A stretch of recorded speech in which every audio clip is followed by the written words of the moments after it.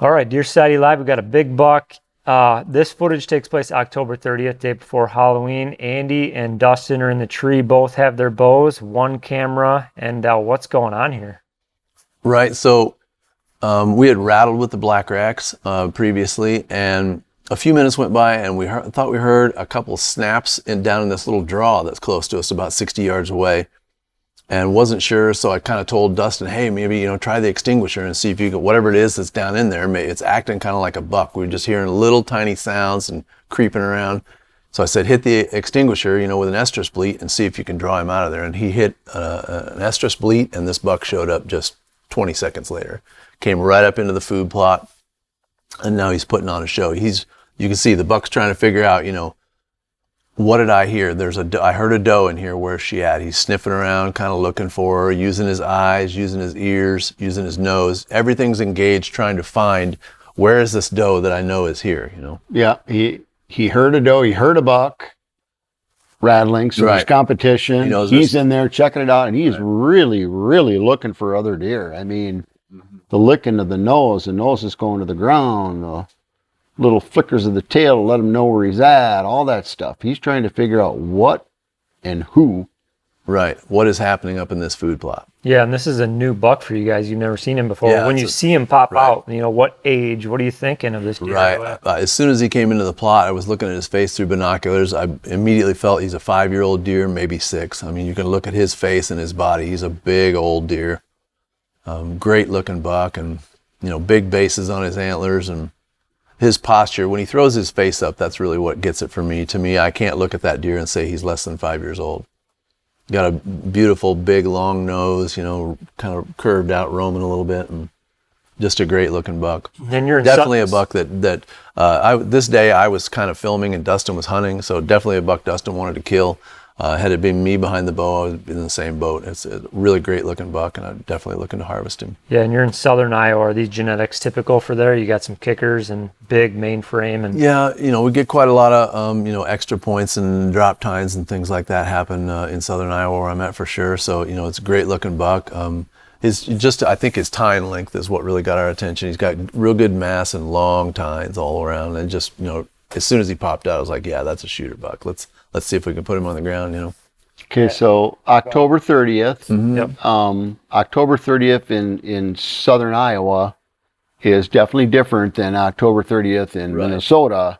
Right. I mean, we're at this time in Minnesota, there's does in estrus starting to come in now. Mm-hmm. That very last week in October, toward the end, beginning of November. Yeah. That's when it all happens. Right, and we're just a little bit behind that in southern Iowa.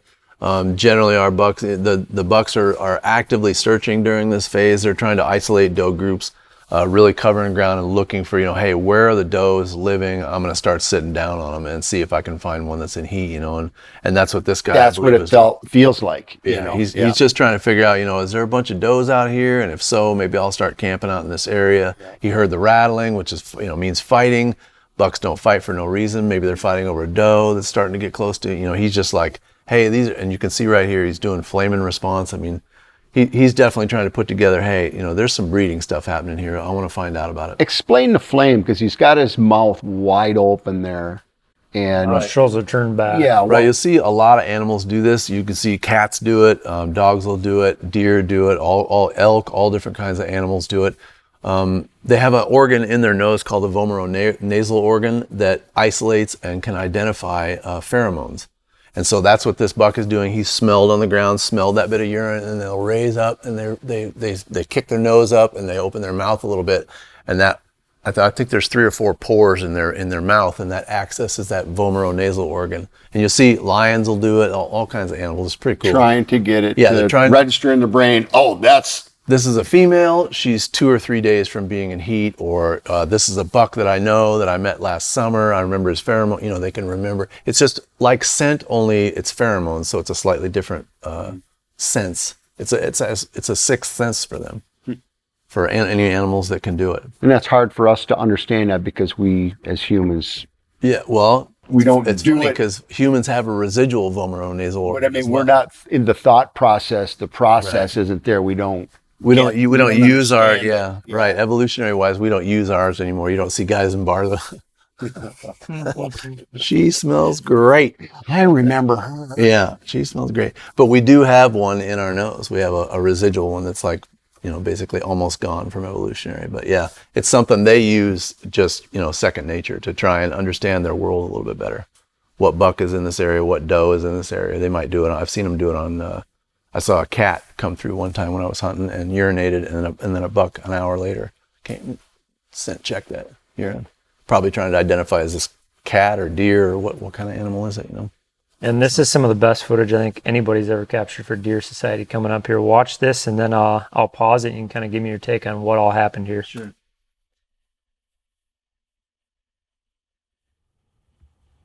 He's all wound up.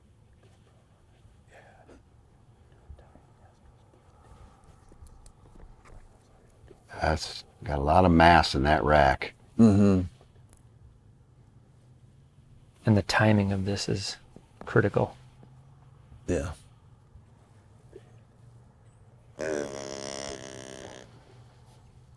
And pause. What just happened there? Right. So this buck, he just did his flaming response. He's trying to understand where are the deer that are in this area. You can see he was searching with eyes, ears, and nose. Where are these deer at? And we waited until he was turned slightly the other way. I told Dustin, hey, give him an estrus bleat. And Dustin waits until he drops his head, he's facing completely the other way, and then he hits him with this estrus bleat. And stopped before he looked. Yeah, right. That's the key. Like Mike and I we were talking about earlier.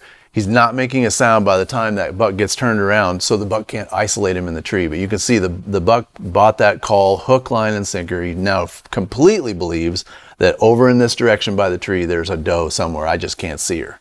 And so now he's scraping on the ground, kind of a dominance thing. His testosterone's rising as we speak. He's realizing, hey, there is a doe here. All I've got to do is find her. Licking the nose. And so again, ears completely perked. His eyes are looking. He's trying to find out, where is this doe? She's here somewhere. I just heard her too now.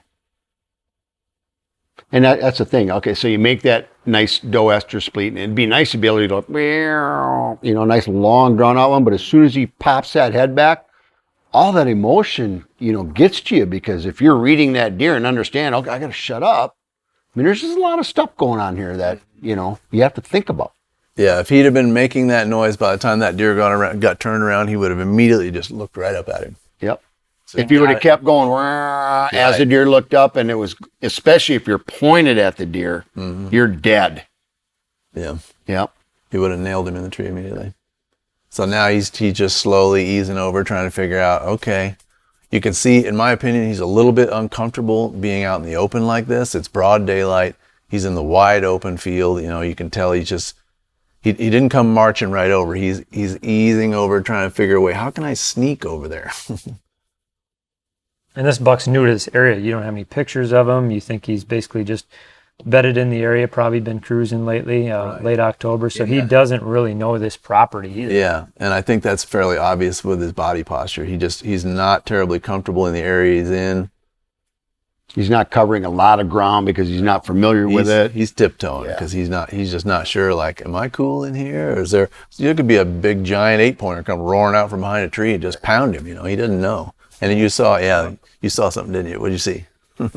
Well, he definitely looks up. I don't know if it's your silhouette, if it's a little bit of, I don't think it was movement because he's not alarmed, but he definitely sees something silhouette-wise up in the tree, and it looks like you pass inspection there with the camouflage and the old magic of Sitka. Yeah. He definitely he looked right at us in the tree from, he's about 15 yards here.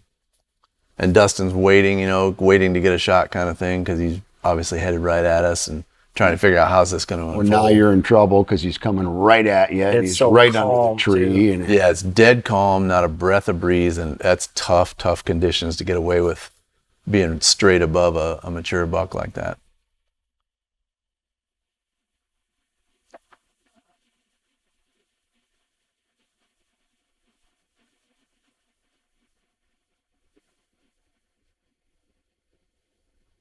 It's just so brutal watching stuff like this. He just nailed us in the tree. Somebody flickered a finger or something happened. He knows now we're in the tree. So this is the time you do not see this very often. When yeah, like he backs out. Deer look at that, backwards, straight back, just like he's trying to sneak out of there. Oh, crazy. Mm-hmm. And Dustin's off to your left, so really doesn't have a good shot angle here either. But that deer backing up doesn't give you a good opportunity to pull back. There's really no broadside action going there. Right. Well, and once he's seen you in the tree, you don't have a lot of time to do anything. You can't do much because just the rush of emotions are going through you when you see, a deer that close, and you're just waiting for it to happen perfectly, and then it starts to go a little south, and then all of a sudden it goes a lot south, and then you're just. Yeah, a deer that that's me anyway. The key is a deer that you've already decided you're going to shoot. Exactly. That's the key. If you've made the decision, I want to try and kill that buck, then your heart's just pounding in your throat. You're so excited. Yeah. But you know what? That's why we hunt. This is exactly why we do it right here. Yeah, it was a really, really amazing encounter, and like you said, the estrus bleat, to see a mature buck in complete, open respond like that was really, really neat. Yeah. You can see what it did to his mind. His mind immediately said, there's a doe just 20 or 30 yards over there. I've got to go get her. Yes. With that neck just. I'd love to meet you, darling. Where are you? Well, that one got away, but yeah, the footage lives on. Yeah, really neat day. Something we can learn from, and hopefully next time arrow goes through the vitals and it's up on the wall. But yes, sir. There you go. Another Deer Society live breakdown for you.